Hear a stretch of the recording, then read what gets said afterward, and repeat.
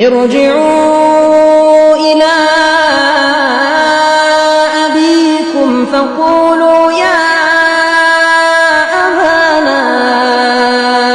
إن ابنك سرق وما شهدنا إلا بما علمنا وما كنا للغيب حافظين واسأل القرية التي كنا فيها والعير التي أقبلنا فيها وإنا لصادقون قال بل سولت لكم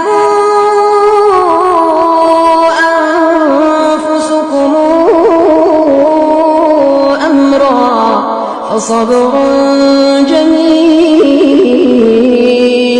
عسى الله